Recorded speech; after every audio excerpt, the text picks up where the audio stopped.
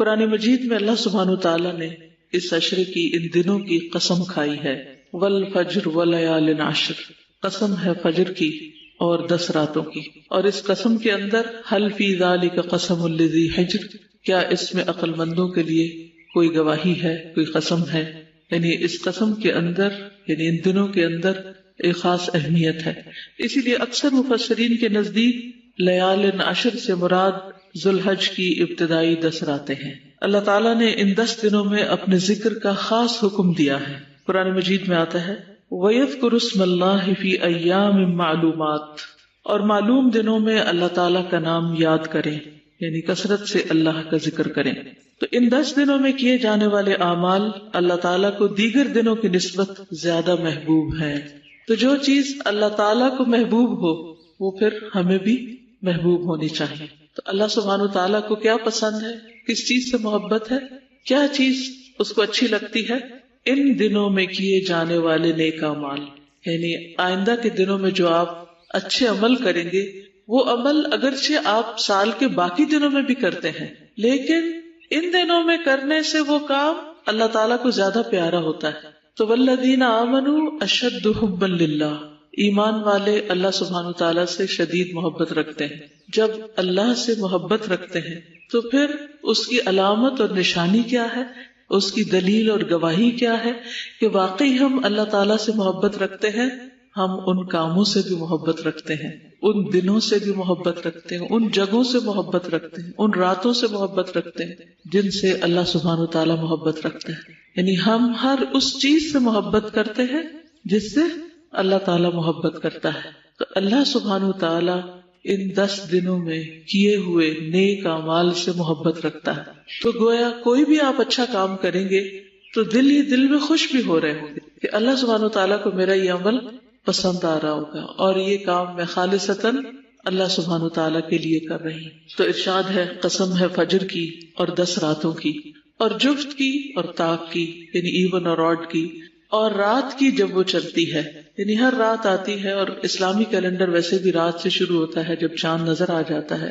یقیناً اس میں عقل والے کے لیے بڑی قسم ہے، بہت کچھ سمجھنے کو ہے۔ تو اگر ہم عقل مند ہیں، سمجھدار ہیں، تو پھر لازمی طور پر ان آیات میں غور و فکر کریں گے، اور ان آیات میں جن 10 راتوں کا ذکر ہوا ہے ان راتوں میں نیک اعمال کریں گے۔ اور رات کا لفظ جب بولا جاتا ہے تو وہ صرف رات کے لیے نہیں ہوتا، اس سے مراد دن بھی ہوتا ہے۔ جیسے ہم جب دن بولتے ہیں تو اس سے مراد صرف دن نہیں ہوتا، کیا ہوتا ہے؟ رات بھی ہوتی ہے، 24 آورز ہوتے ہیں۔ تو اسی طرح یہاں جب رات بولی گئی تو اس سے مراد صرف ذوالحج کی 10 راتیں نہیں، راتوں کی افضلیت کے اعتبار سے تو رمضان کے آخری عشرے کی 10 راتیں زیادہ افضل ہیں، لیکن یہاں رات سے مراد رات بھی ہے اور دن بھی ہے، یعنی دن میں عمل کریں یا رات میں عمل کریں تو یہ عمل آپ کا اللہ تعالیٰ کو زیادہ پیارا ہوگا۔ صحیح الترغیب والترہیب کی حدیث ہے، رسول اللہ صلی اللہ علیہ وسلم نے فرمایا دنیا کے دنوں میں افضل ترین دن 10 دن یعنی عشرہ ذوالحجہ ہیں۔ دنیا کے دنوں میں یعنی پوری دنیا میں دنوں کی جو گنتی ہے اور تعداد ہے یا جو دنوں کی فضیلت ہے ان میں سب سے زیادہ ان 10 دنوں کی ہے، پہلی ذوالحج سے لے کر 10 ذوالحج تک، اور پھر آگے ایام تشریق جو ہے ان کی اپنی ایک فضیلت ہے۔ اور ان دنوں میں کیا گیا عمل سب سے افضل عمل ہے۔ اب رمضان میں کیا ہوئے عمل بھی افضل ہوتے ہیں، جی ہاں وہ بھی افضل ہوتے ہیں، مہینے کے اعتبار سے وہ مہینہ افضل ہے، اور راتوں کے اعتبار سے اس کی 10 راتیں افضل ہیں، لیکن دنوں کے اعتبار سے یہ 10 دن افضل ہیں، اور ان کے دن کے اعمال زیادہ افضل ہیں، اگرچہ رات کے بھی اچھے عمل ساتھ ہی شمار ہوں گے۔ مسند احمد کی روایت ہے ما عمل افضل منه في هذه الايام یعنی ایام العشر، نبی صلی اللہ علیہ وسلم نے فرمایا ان دنوں میں کیے گئے عمل سے افضل کوئی عمل نہیں، ان دنوں میں کیے گئے عمل سے افضل کوئی عمل نہیں، یعنی عشرہ ذوالحجہ کے دنوں سے۔ ایک اور حدیث میں آتا ہے، ابو داؤد کی روایت ہے کہ ان دنوں میں کیا گیا نیک عمل اللہ تعالیٰ کو سب سے زیادہ پسند ہے۔ رسول اللہ صلی اللہ علیہ وسلم نے فرمایا اللہ تعالیٰ کو کوئی نیک عمل کسی دن میں اس قدر زیادہ پسندیدہ نہیں جتنا کہ ان دنوں میں پسندیدہ ہے، یعنی جو بھی اچھا کام آپ کریں گے، یعنی عشرہ ذوالحجہ۔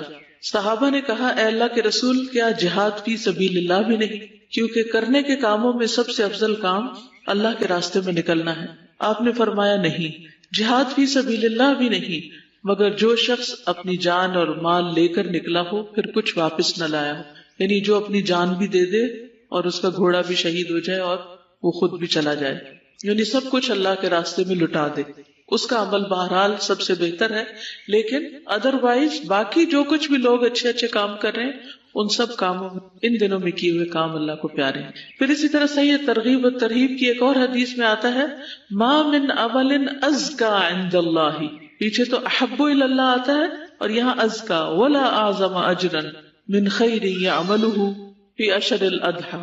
نبی صلی اللہ علیہ وسلم نے فرمایا اللہ کے نزدیک ذوالحجہ کے 10 دنوں میں نیک اعمال بہت زیادہ پاکیزگی اور بہت بڑے ثواب کا باعث ہے، یعنی اس سے انسان کے نفس کا تزکیہ بھی ہوتا ہے اور اجر میں بھی اضافہ ہوتا ہے، اعظم و اجرا ہے۔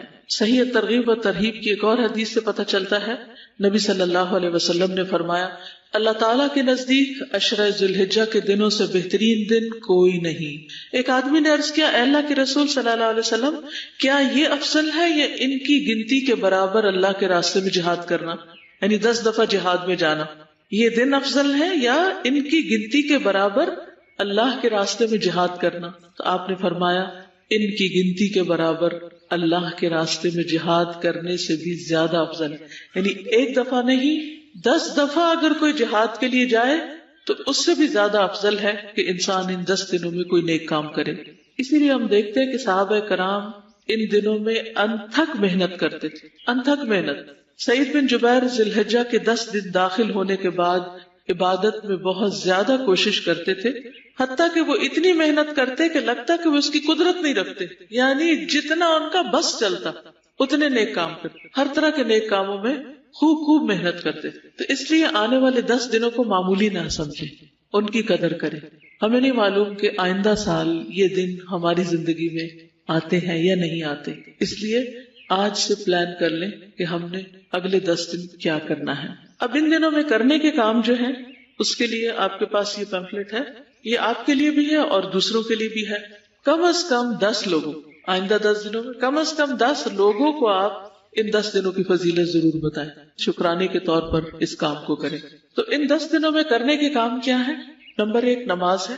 نماز تو ہم ہر روز پڑھتے ہیں، پھر خاص طور پر ان دنوں کی نماز عام دنوں کی نماز سے فضیلت کے اعتبار سے زیادہ بہتر ہے، یعنی آپ کو زیادہ ثواب ملے گا۔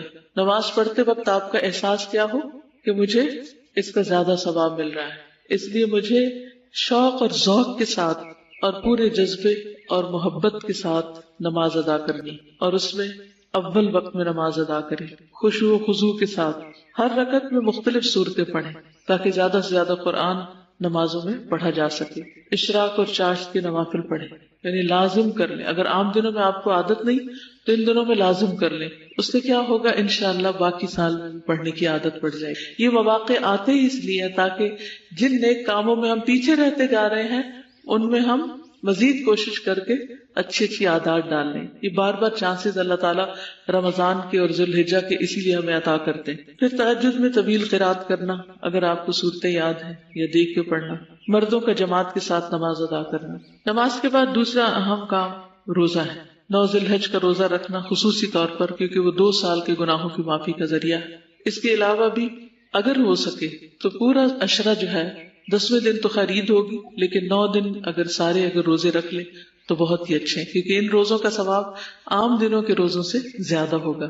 اور اس میں آپ قضا کی نیت سے بھی رکھ سکتے ہیں سوائے 9 کے، کیونکہ 9 تاریخ کا روزہ مسنون روزہ ہے، وہ تو اسی دن کی نیت سے رکھنا ہوگا۔ پہلے 8 روزے اگر آپ کے پچھلے کوئی قضا رہتے ہیں تو ان کو بھی پورا کر سکتے ہیں۔ اگر اتنا نہیں کر سکتے تو پیر اور جمعرات کا روزہ ضرور رکھیں، قضا شدہ روزے رکھیں۔ اور عرفہ کا روزہ رکھنا گزشتہ اور آئندہ سال کے گناہوں کا کفارہ بن جائے۔ اسی طرح قرآن مجید کے ساتھ شغف کثرت سے تلاوت کریں، عام دنوں سے زیادہ۔ اگر ہو سکے تو ایک قرآن 10 دنوں میں ختم کر لیں اگر پاسبل، اگر نہ ہو سکے تو کم از کم جتنا بھی، لیکن میک شور کہ عام دنوں سے زیادہ پڑھنا ہے، ٹھیک ہے، چاہے ایک صفحہ ہی زیادہ کیوں نہ پڑھے۔ پھر اسی طرح کام کاج کرتے ہوئے مختلف خوراک کی قرات سننا، نئی صورتیں حفظ کرنا، حفظ کی دہرائی کرنا، قرآن مجید کا ترجمہ اور تفسیر پڑھنا یا سننا۔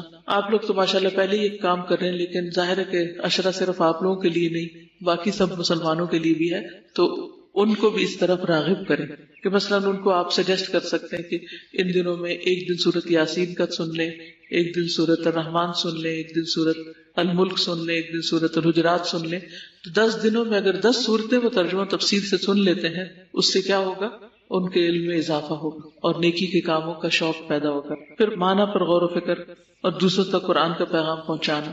پھر ذکر ہے، تحلیل، تکبیر اور تحمید کا اہتمام، صبح شام کے اذکار کی پابندی، استغفار اور ذکر کی کثرت، درود شریف پڑھنا، مقبول اوقات میں دعائیں مانگنا، خصوصاً عرفہ کے دن، نئی دعائیں اور اذکار یاد کرنا. یہ جو دعائیں آپ یاد کر رہے ہیں ان کی مزید پابندی کرنا.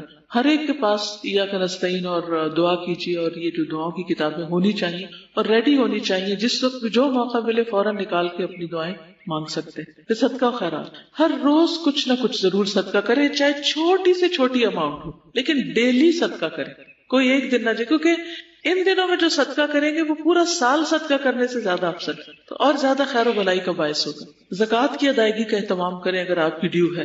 زائدہ ضرورت چیزیں صدقہ کریں، اگر ہو سکے تو گھر کی صفائی کر لیں اور ایکسٹرا چیزیں ساری دراز وغیرہ، الماریوں سے، دوسری چیزوں سے جو بھی زائد جمع ہو گیا ہے اس کو ہٹا دیں، اس کو نکال دیں. بلکہ عید بازار یہاں لگا لیں تو اس سے فائدہ کیا ہوگا کہ سب لوگ اپنا اپنا سٹف لا کے رکھ دیں گے، اور جن لوگوں کو شدید ضرورت ہوگی وہ یہ نہیں کہ دوسرے بیچ رہے تو آپ سستا سمجھ کر پھر جا کے گھر بھر دیں. اس کا مقصد یہ ہے کہ اگر آپ کی کوئی واقعی ضرورت کی چیزیں ہیں تو اس میں سے آپ لے لیں، اور جن کی ضرورت کی نہیں وہ لا کے رکھ دیں، اور اس میں سے جو آمدنی ہوگی وہ انشاءاللہ خیر اور بھلائی کے کاموں میں چلی جائے. کوئی پسندیدہ ترین چیز بھی اللہ کی راہ میں، یعنی ویسے تو آپ دیں ہی، لیکن کوئی ایک چیز جو آپ کو اچھی لگتی. والدین، بیوی، بچوں اور عزیز و اقارب پر خرچ کرنا، رشتہ داروں وغیرہ کے لیے عید کے تحفے، تحائف وغیرہ، جو بھی آپ اس میں سے کر سکتے. خدمت خلق میں رشتہ داروں کے ساتھ صلہ رحمی، ان کو فون وغیرہ کریں، خصوصاً عید سے پہلے. عام دنوں میں اگر نہیں تو عید سے پہلے یا عید کے دن، وہ بھی 10واں دن کی شمار ہوگا. پڑوسیوں کی خبرگیری، ضرورت مندوں کی مدد، دین کی تعلیم و تبلیغ میں حصہ، اجتماعی بھلائی کے کاموں میں رضاکارانہ والنٹریلی خدمت انجام دینا. قربانی تک ناخن اور بال نہ کاٹنا، جس نے کاٹنے وہ آج کاٹ لیں، کیونکہ اگلے 10 دن میں ایک بال بھی نہیں اتار سکتے آپ. ٹھیک ہے، تو آج ہی اپنی صفائی کریں. پھر عید کے دن کی سنتوں پر عمل کرنا، عید کی نماز کا اہتمام کرنا، عزیز و اقارب سے ملاقات کرنا، اخلاص نیت سے قربانی کرنا، قربانی کا گوشت کھانا اور دوسروں کو کھلانا. قربانی کی سنتیں جو ہیں وہ دوسروں کے ساتھ شیئر کرنا، جیسے ایک پمفلٹ اگر آپ اس میں قربانی کے احکام وغیرہ پائے جاتے، اگر دوسروں کو تقسیم بھی کریں گے، جیسے گھر جاتے ہوئے اگر آپ بس پہ بیٹھے ہیں، پبلک ٹرانسپورٹ پہ جا رہے ہیں، کم از کم 40-50 لے جائیں، ہر ایک سواری کو ایک دے سکتے ہیں. کسی اسکول میں، کسی کالج میں، یونیورسٹی میں، کہیں نہ کہیں آپ اپنی طرف سے تقسیم کریں. اس سے یہ ہے کہ لوگوں میں قربانی کا شعور پیدا ہوگا، مسائل پر. پھر متفرقات میں نیکی کا کوئی موقع ضائع نہ کرنا، بے مقصد کاموں اور باتوں سے پرہیز کرنا، گناہوں سے بچنا، اچھی کتب کا مطالعہ، مفید کتب اور کیسٹس وغیرہ تقسیم کرنا. یہ کچھ کرنے کے کام ہیں جن کو آپ کر سکتے ہیں، لیکن وہ خاص کون سا کام ہے جس کا اللہ کے رسول صلی اللہ علیہ وسلم نے حکم دی، ہم وہ کریں گے انشاءاللہ. اب میں باقی لیکچر اس سے متعلق دوں گی. کرنے کے کاموں کی لسٹ تو بہت طویل ہے، ضروری نہیں کہ وہ آپ سارے ہی کر سکیں، لیکن انسان نیت ضرور کر لے. لیکن کرنے کے کاموں میں بھی سب سے بہترین کام وہ ہوتا ہے جس کا حکم اللہ کے رسول صلی اللہ علیہ وسلم. اس کام کے کرنے کا لطف بھی کچھ اور ہے، اس کام پر توجہ زیادہ ضروری ہے، کیونکہ اس میں ایک تو اس کام کا اجر ہوگا ہی ہوگا، ساتھ ہمیں دوہرا اجر کس چیز کا مل جائے؟ سنت کی پیروی کرنے کا. تو ان دنوں میں خصوصی طور پر جو کام سب سے زیادہ کرنے کا ہے وہ ہے اللہ کا ذکر. مسند احمد کی روایت میں ہے، عن النبی صلی اللہ علیہ وسلم قال ما من ایام اعظم عند اللہ ولا احب الیہ العمل فیہن من هذه الایام العشر فاکثروا فیہن من التہلیل والتکبیر والتحمید. نبی صلی اللہ علیہ وسلم نے فرمایا، کوئی دن اللہ کے ہاں ان 10 دنوں سے زیادہ عظمت والا نہیں، اور نہ ہی کسی دن کا عمل اللہ تعالیٰ کو ان 10 دنوں کے عمل سے زیادہ محبوب ہے. یعنی دنوں کی بھی عظمت ہے اور ان دنوں میں کیے جانے والے کاموں کی بھی عظمت ہے. بس تم ان 10 دنوں میں کثرت سے تحلیل، تکبیر اور تحمید کہو، لا الہ الا اللہ، اللہ اکبر، الحمدللہ. تو کس چیز کے کرنے کا حکم دیا؟ ذکر. اور ذکر میں سے بھی خاص طور پر کون سا ذکر؟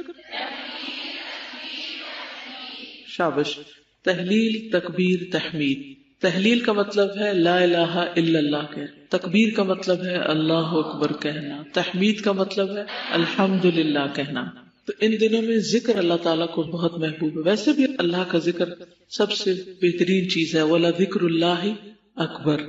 اور اگر عظمت والے دنوں میں ہو تو ذکر کا اجر و ثواب کہیں زیادہ بڑھ جاتا ہے۔ تو تھوڑا سا ذکر کی اہمیت اور فائدوں پر بات کریں گے۔ سورۃ الاحزاب 41-42 میں اللہ تعالیٰ فرماتے ہیں یا ایھا الذین آمنوا اذکروا اللہ ذکرا کثیرا۔ کون حکم دے رہا ہے؟ اللہ سبحانہ وتعالیٰ۔ اذکروا اللہ ذکرا کثیرا وسبحوہ بکرۃ واصیلا۔ اے لوگو جو ایمان لائے ہو، اللہ کو یاد کرو، بہت یاد کرنا، اور اس کی تسبیح کرو پہلے پہر اور پچھلے پہر۔ نبی صلی اللہ علیہ وسلم نے فرمایا کیا میں تمہیں وہ عمل نہ بتاؤں جو تمہارے مالک یعنی اللہ سبحانہ وتعالیٰ کے نزدیک اچھا اور پاکیزہ ہے، اور تمہارے درجات میں سب سے بلند، اور تمہارے لیے سونے اور چاندی کے خرچ کرنے سے بہتر، تمہارے لیے سونا اور چاندی خرچ کرنے سے بہتر۔ اب جس کے پاس سونا چاندی ہے وہ تو ان دنوں میں خرچ کرے گا انشاءاللہ اللہ کے راستے میں، لیکن جس کے پاس سونا چاندی نہیں پھر وہ کیا کرے؟ وہ بھی محروم نہیں، اس کو سونا چاندی والوں سے بھی زیادہ اجر مل سکتا ہے اگر وہ ذکر کا اہتمام کرے۔ اور تمہارے لیے اس سے بھی بہتر کہ تم دشمن سے ملو، تم ان کی گردنیں مارو اور وہ تمہاری گردنیں مارے، یعنی جہاد فی سبیل اللہ سے بھی بہتر، شہید ہونے سے بھی بہتر۔ صحابہ نے عرض کیا کیوں نہیں؟ آپ نے فرمایا اللہ کا ذکر، اللہ تعالی کا ذکر۔ لیکن ہمیں ذکر کا موقع کیوں نہیں ملتا؟ ذکر کی فرصت کیوں نہیں ملتی؟ آپ میں سے کوئی بتائے گا؟ ہم اور باتیں بہت زیادہ کرتے، تو جو شخص جتنی زیادہ غیر ضروری باتیں کرے گا اتنا زیادہ ذکر سے محروم ہوگا، خیر اور بھلائی سے محروم رہے گا۔ اس لیے اگر آپ واقعی چاہتے ہیں کہ اللہ کا ذکر کریں تو اپنا محاسبہ خود کریں، کوئی اور نہیں آپ کو روکے گا، کیونکہ دوسرے مربت کے مارے، شرم کے مارے آپ کو نہیں کہیں گے کم بولو، تو آپ نے خود اپنے آپ کو کنٹرول کرنا ہے اور اس کو ذکر سے ریپلیس کرنا ہے۔ تو جو شخص ذاکر ہوتا ہے وہ غافل نہیں ہوتا، تو اللہ ہمیں ذاکرین میں سے بنائے، غافلین میں شامل نہ کرے۔ نبی صلی اللہ علیہ وسلم نے فرمایا بہترین عمل یہ ہے کہ جب تم دنیا سے رخصت ہو تو تمہاری زبان اللہ کے ذکر سے تر ہو۔ یہ کیسے ممکن ہے؟ یہ کیسے ہوتا ہے کہ دنیا سے جاتے ہوئے بھی اللہ کی باتیں ہو رہی ہیں، لوگوں کی نہیں، چیزوں کی نہیں، مال و دولت کی نہیں، بچوں کی؟ یہ کیسے ہوتا ہے؟ یہ کن خوش نصیبوں کو نصیب ہوتا ہے جو شعوری اور لاشعوری دونوں طور پر اللہ کے ذکر کی کثرت کرے۔ ذکر جن کی گھٹی میں پڑ جائے، جن کی عادت بن جائے، پھر وہ محروم نہیں ہوتی، کیونکہ وہ چپ رہ ہی نہیں سکتے۔ جس طرح لوگوں کو دنیا کی باتیں بہت اچھی لگتی ہیں اور وہ چپ نہیں رہ سکتے بولنے سے، اسی طرح کچھ لوگوں کو ذکر سے چپ نہیں آتی، وہ رہ ہی نہیں سکتے ذکر کے بغیر۔ ذکر ان کی تسبیح ہے، ذکر ان کی غذا ہے، ذکر ان کے لیے اطمینان قلب کا باعث ہے۔ نبی صلی اللہ علیہ وسلم نے فرمایا اللہ تعالیٰ فرماتا ہے میں اپنے بندے کے گمان کے ساتھ ہوں جو میرے متعلق رکھتا ہے، اور میں اس کے ساتھ ہوں جب وہ مجھے یاد کرتا ہے۔ اگر وہ مجھے اپنے دل میں یاد کرتا ہے تو میں بھی اس کو دل میں یاد کرتا ہوں، اگر مجھے جماعت میں یاد کرتا ہے تو میں اس سے بہتر جماعت میں اس کو یاد کرتا ہوں۔ اللہ تعالیٰ فرماتے ہیں میں اپنے بندے کے ساتھ ہوں اس وقت تک جب تک وہ مجھے یاد کرتا ہے اور میری یاد میں اپنے ہونٹ ہلاتا ہے۔ ایک ذکر ہوتا ہے صرف دل میں، اور ایک ہوتا ہے منہ سے بول کر، اور ایک ہوتا ہے چاہے اونچی آواز سے نہ بھی کرے، دون الجہر من القول، یعنی خفیہ خفیہ بھی کرے، تو اس میں بھی ہونٹ ہلنے چاہیے، یعنی پتہ چلے کہ آپ ذکر کر رہے ہیں۔ جو لوگ ذکر کریں گے وہ کامیابی سے یقیناً دو چار ہوں گے، یعنی کامیابی پائیں گے۔ سورۃ الجمعہ آیت 10 میں اللہ تعالیٰ فرماتے ہیں فاذکروا اللہ کثیرا لعلکم تفلحون، اور اللہ کو بہت یاد کرو تاکہ تم کامیاب ہو جاؤ۔ ہم میں سے ہر شخص چاہتا ہے کہ اسے کامیابی نصیب ہو، تو اس کے لیے بھی کیا کرنا ہوگا؟ ذکر کی کثرت۔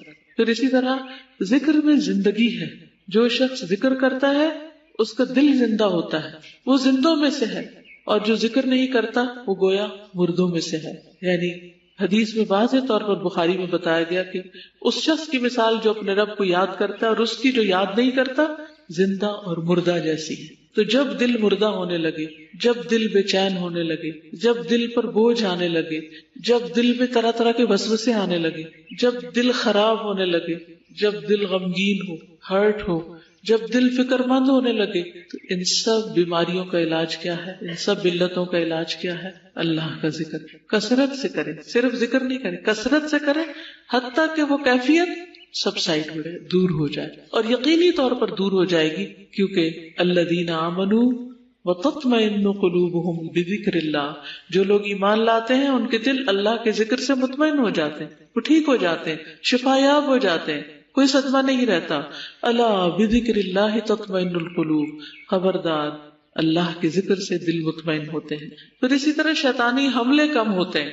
دیکھیے نیکی کے کام نیکی کے خیال سے شروع ہوتے ہیں، تو شیطان آپ کے خیالات پہ کنٹرول کرتا ہے تاکہ آپ نہ اچھا سوچیں اور نہ اچھا کریں. جب اچھا سوچیں گے تو پھر اچھا کیے بغیر رہ نہیں سکیں گے، اور اگر نہ بھی کر سکے تو اجر ہی اجر پاتے چلے جائیں. تو اچھے کے بجائے برا کیوں سوچنے لگتے ہیں، منفی سوچوں کا شکار کیوں ہو جاتے ہیں؟ اس لیے کہ شیطان حملے کر رہا ہوتا ہے، شیطان وسوسے ڈال رہا ہوتا ہے. تو جس شخص کو بھی شیطانی وسوسوں سے نجات حاصل کرنا، اس کے لیے لازم ہے ذکر.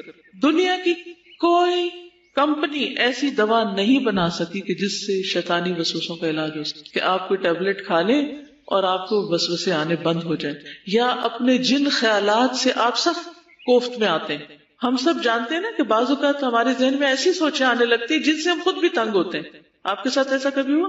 کچھ چیزیں آپ سوچنا نہیں چاہتے لیکن بار بار آپ سوچے چلے جاتے اور وہ خیال آپ کے دل کو پھر بھانے بھی لگتے، اور شیطان ان خیالات کو مزین بھی کر دیتا ہے، ان خیالات کو آپ انجوائے بھی کرنے لگتے ہیں، حالانکہ وہ بس خیالات ہی ہوتے ہیں، ان کی کوئی حقیقت نہیں ہوتی، اور وہ خیالات کبھی حقیقت میں بدل بھی نہیں سکتے. کچھ چیزوں کی چاہت ہو سکتی، کچھ کی خواہش ہو سکتی، کچھ آپ ایسے دن میں خواب دیکھتے رہتے ہیں، اور جب کوئی کام کرنے لگتے ہیں اس پر فوکس کرنے کے بجائے کچھ اور ہی سوچنے شروع ہو جاتے ہیں. خصوصاً اسٹوڈینٹس کے ساتھ یہ مسئلہ بہت ہوتا ہے. تو اس کے لیے بہترین مجرب نسخہ، مجرب مطلب جس کو میں نے خود ایکسپیرینس کیا، کسی بھی قسم کے خیالات کی جو پچھاڑ ہے، جاگتے میں یا سوتے میں، یعنی جنس کی وجہ سے آپ پریشان رہتے ہو، جو آپ کو ستا رہے ہیں اور آپ کے پاس کوئی حل نہیں، تو شیطانی وسوسوں سے بچنے کی جو دعائیں ہیں خصوصاً ایاک نستعین میں دی ہوئی ہیں، آپ انہیں چند دن پڑھ کے دیکھیے، اور میں آپ کو گارنٹی دیتی ہوں کہ انشاءاللہ آپ چھٹکارا پا جائیں گے. اور اگر وہ آپ کو زبانی یاد ہو جائے تو جس وقت آپ پڑھنے لگے ہیں اس وقت پڑھ کے اگر آپ اپنی پڑھائی شروع کریں تو بھی آپ دیکھیں گے انشاءاللہ بہت فائدہ ہوگا. اور اس میں خصوصاً هو الاول والآخر والباطن وهو بكل شيء عليم. کیونکہ دیکھیے اگر پریشان کن خیالات آ رہے ہیں تو کیا آپ پریشانی دور کر لیں گے خیال کر کر کے؟ وہ تو پریشانی صرف بڑھے گی. اگر آپ کوئی چیز چاہتے ہیں تو کیا سوچ سوچ کے وہ چیز مل جائے گی؟ آپ نماز میں پڑھے خشوع خضوع ہی نہیں حاصل ہو رہا اور آپ تنگ ہیں اپنے آپ سے کہ کیا مصیبت ہے. حتیٰ کہ نماز تک کے اندر اجازت دی گئی ہے کہ انسان کہ 3 دفعہ دعا پڑھ کے اعوذ باللہ السمیع العلیم من الشیطان الرجیم من ہمزہ ونفخہ ونفثہ اور چھٹکار دے، یعنی چھوڑ دے نماز، اور یہ دعا پڑھ کے اپنے اوپر اپنے دل کے اوپر اجھاڑے تو انشاءاللہ اس سے بھی فائدہ ہوگا. نماز کے اندر بھی نماز میں کنسنٹریشن کے لیے اجازت ہے اس کو پڑھنے کی، کیونکہ نبی صلی اللہ علیہ وسلم نے یہ سکھائی ہے. تو ہم سب سے زیادہ پریشان اور بے عمل اپنے خیالوں کی وجہ سے ہی ہوتے، اس لیے برے خیالات سے نجات پانے کے لیے بھی ضروری ہے کہ انسان اللہ کے ذکر کی کثرت اختیار کرے. یحییٰ علیہ السلام نے بیت المقدس میں بنی اسرائیل کو جمع کیا. جب مسجد بھر گئی تو ایک ٹیلے پر بیٹھ گئے، اللہ کی حمد و ثنا بیان کی اور فرمایا میں تمہیں کثرت کے ساتھ اللہ تعالیٰ کے ذکر کا حکم دیتا ہوں، کیونکہ اس کی مثال اس شخص کی سی ہے جس کا بہت تیزی سے دشمن پیچھا کر رہا، دشمن اس کے پیچھے آ رہا ہے اور وہ ایک مضبوط قلعے میں گھس کر پناہ گزین ہو جائے. اسی طرح بندہ بھی جب تک اللہ تعالیٰ کے ذکر میں مصروف رہتا ہے شیطان کے حملوں سے محفوظ ایک مضبوط قلعے میں ہوتا ہے.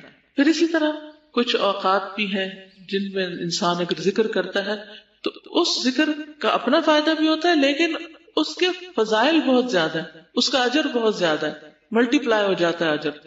رسول اللہ صلی اللہ علیہ وسلم نے فرمایا جو شخص فجر کی نماز جماعت کے ساتھ پڑھنے کے بعد بیٹھ کر اللہ کا ذکر کرتا ہے یہاں تک کہ سورج نکل آئے پھر 2 رکعتیں پڑھے، اس کے لیے ایک حج اور عمرے کا ثواب. حضرت انس فرماتے ہیں پھر رسول اللہ صلی اللہ علیہ وسلم نے 3 مرتبہ فرمایا پورا پورا پورا، یعنی پورا پورا حج اور پورا پورا عمرہ. فجر کی نماز پڑھ کے مصلی پہ بیٹھ کے ذکر کرتے رہیں، تسبیحات کرتے رہیں، قرآن پڑھتے رہیں، اور پھر وہیں جب سورج نکل آئے اس کے 15 منٹ بعد تک بھی ذکر کرتے رہیں، پھر 2 رکعت پڑھیں اور اٹھ جائیں اور گھر بیٹھ کر حج کر لیں اگر جانے کا موقع نہیں مل رہا. اسی طرح اگر آپ چاہتے ہیں آپ کی دعائیں قبول ہوں تو اس کا بھی نسخہ یہی ہے کہ کثرت سے ذکر کرنے والوں میں شامل ہو جائیں. نبی صلی اللہ علیہ وسلم نے فرمایا 3 بندوں کی دعا رد نہیں کی جاتی، اللہ تعالیٰ سنتے ہیں. ان میں نمبر 1 اللہ کا کثرت سے ذکر کرنے والا، نمبر 2 مظلوم، اور نمبر 3 عادل حکمران. ایسے لوگ نہ صرف یہ کہ دنیا میں بلکہ آخرت میں بھی بہت سبقت لے جائیں گے، السابقون السابقون میں شامل ہو جائیں گے. نبی صلی اللہ علیہ وسلم نے فرمایا سبق المفردون قالوا وما المفردون یا رسول اللہ قال الذاکرون اللہ کثیرا والذاکرات. صحیح مسلم کی روایت ہے، نبی صلی اللہ علیہ وسلم نے فرمایا مفردون سبقت لے گئے. صحابہ نے پوچھا اے اللہ کے رسول مفردون کون ہے؟ آپ نے فرمایا اللہ کا بہت ذکر کرنے والے مرد اور عورت. یعنی ہمارا دل چاہتا ہے نا کہ قیامت کے دن جب اٹھے تو بس جلدی جلدی سارے ہمارے مرحلے طے پائیں اور ہم سب سے پہلے جنت میں داخل ہو جائیں. تو اس کا نسخہ بھی یہی ہے. تو ان 10 دنوں میں آپ شعوری طور پر محنت اور کوشش کے ساتھ ذکر کرتے رہے تو انشاءاللہ بعد میں بھی عادت ہو جائے گی، شاید ساری زندگی کے لیے عادت ہو جائے گی. اللہ سبحانہ وتعالیٰ ہمیں ان میں شامل کر لے، اللہ ہمیں اس کی توفیق عطا فرمائے. تو نبی صلی اللہ علیہ وسلم نے فرمایا فَأَكْثِرُوا فِيهِنَّ مِنَ التَّهْلِيلِ وَالتَّكْبِيرِ وَالتَّحْمِيدِ. عام طور پر لوگ پیروں فقیروں کے پاس جاتے ہیں وظیفے پوچھنے کے لیے کہ ہم اس وقت میں، اس دن میں، اس کام کے لیے کیا پڑھیں. سب کی باتیں اپنی ہیں، لیکن اللہ کے رسول صلی اللہ علیہ وسلم کی بات وہ ہے جو اللہ تعالیٰ نے ان کو سکھائی ہے. وَمَا يَنطِقُ عَنِ الْهَوَىٰ إِنْ هُوَ إِلَّا وَحْيٌ يُوحَىٰ. تو یہ وحی الہی کا صاف پانی ہے جو ہم پیتے ہیں. نبی صلی اللہ علیہ وسلم کے ذریعے یہ علم حاصل کرتے ہیں، اس لیے باقی تمام طرح کے اذکار پر اس ذکر کو فضیلت دینی آپ. ٹھیک. رسول اللہ صلی اللہ علیہ وسلم نے فرمایا بے شک تم لوگ اللہ کی عظمت کا جو ذکر کرتے ہو، یعنی تسبیح، تحلیل، تحمید کے الفاظ کہتے ہو، وہ عرش کے ارد گرد چکر لگاتے ہیں. ان کی ایسی بھنبھناہٹ ہوتی ہے جیسے شہد کی مکھیوں کی بھنبھناہٹ. یعنی یہ کلمات بولتے ہیں عرش کے ارد گرد، ایک طرح سے طواف کر رہے ہوتے ہیں. وہ اپنے کہنے والے کا ذکر اللہ تعالیٰ کے پاس کرتے ہیں، یعنی اس بندے کی آواز میں وہ ہوتا ہے وہاں پر ذکر. کیا تم نہیں چاہتے کہ وہاں تمہارا ذکر ہوتا رہے، یعنی عرش والے کے پاس تمہارا ذکر ہوتا ہے. فاذکرونی اذکرکم، تو مجھے یاد کر میں تمہیں کروں. کتنے ہم حریص ہوتے ہیں لوگ ہمیں یاد رکھیں، بھولیں نہیں. اس شخص کی خوش قسمتی کے کیا کہنے جسے اللہ سبحانہ وتعالیٰ یاد رکھے. لوگوں سے ہم کہتے ہیں ہمیں دعاؤں میں یاد رکھنا، حج میں دعاؤں میں یاد رکھنا، تہجد کی دعاؤں میں یاد رکھنا، ایسا یاد رکھنا، ویسا یاد رکھنا، مرنے کے بعد بھولنا نہیں. بچوں کو کہتے رہتے ہیں ہمارے لیے دعائیں کرتے رہنا، جب ہم مر جائیں تو ہمیں بھولنا نہیں. لیکن جو شخص اپنی زندگی میں خود ذکر کی کثرت کرتا ہے، اس کے لیے اگر کوئی اور نہ بھی کرے تو بھی انشاءاللہ اسی عمل پر خاتمہ ہوگا.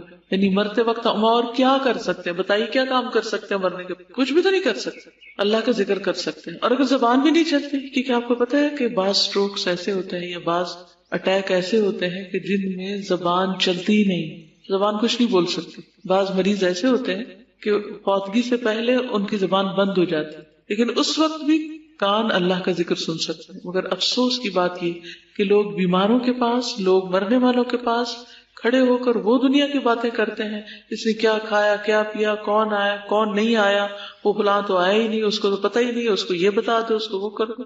جو دنیا کی باتیں.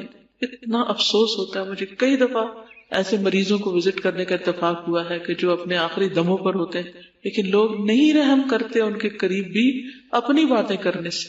اب آپ سوچئے کہ مرنے والا مر رہا ہے، اس کو فرشتے نظر آ رہے ہیں، اس کی جان آہستہ آہستہ پاؤں سے نکل رہی، پنڈلیوں سے جا رہی ہے، گھٹنوں سے جا رہی ہے، نچلے دھڑ سے نکل گئی، پھر اوپر سے آگے ہنسلی تک پہنچ گئی. وہ چند لمحوں کا مہمان ہے. اللہ کے واسطے اس کے پاس اللہ کا ذکر کرے، یا اس کے پاس قرآن پڑھے یا تسبیح پڑھے گا. خود نہیں توفیق آپ کو، نہیں کچھ آتا تو کوئی تلاوت لگا ہی دے. آخری چیز وہ اللہ کا ذکر کرتا ہوا دنیا سے جائے، نہ کہ دنیا کی باتیں سنتا ہو. اسی طرح ہسپتال میں جو مریض پڑے ہوتے ہیں ان بیچاروں کا بھی یہی حال ہوتا ہے. ان کے آس پاس اٹینڈنٹس کی بھرمار ہوتی ہے، یعنی اپنے جو رشتے دار ہوتے ہیں. عام طور پہ ہمارے گاؤں دیہات میں کیا حال ہوتا ہے کہ جب کوئی بیمار ہو سارا پنڈ چل پڑتا ہے اس کی خبر لینے کے لیے، اور وہ جا کے اس کے سر پہ سوار ہو جاتے ہیں، اور پھر وہ جو ادھر ادھر کی باتیں کرنا، کپڑوں اور کھانوں اور ریسیپی، دنیا بھر کی معلومات ڈسکس کرنا شروع ہوتے، اور کوئی اس کے پاس اللہ کا ذکر نہیں کرتا. اللہ ہمیں ایسی بے بسی سے بچائے اور ایسی کمپنی سے بچائے اور ایسے لوگوں سے دور رکھے ہمیں کہ جو کسی وقت کو بھی باتوں سے اسپیئر نہیں کرتے. نماز پڑھی جا رہی ہے ان کی باتیں ختم نہیں, قرآن پڑھا جا رہا ہے ان کی باتیں ختم نہیں, بیمار کو بستر پہ پڑا ان کی باتیں ختم نہیں ہوتی, کوئی مر رہا ہے ان کی باتیں ختم نہیں. اس قدر ناسمجھی اور بے عقلی, معلوم نہیں کب ہوش آئے گی. اللہ ایسے لوگوں سے بچا کے رکھے اور ایسے صالحین کی دوستی اور صحبت ہمیں نصیب کرے کہ جو واقعی حقیقی معنوں میں اللہ کا ذکر کرنے والے ہوں, تاکہ مرتے وقت بھی وہی لوگ پاس ہو کہ جو اللہ کو یاد کر رہے ہوں,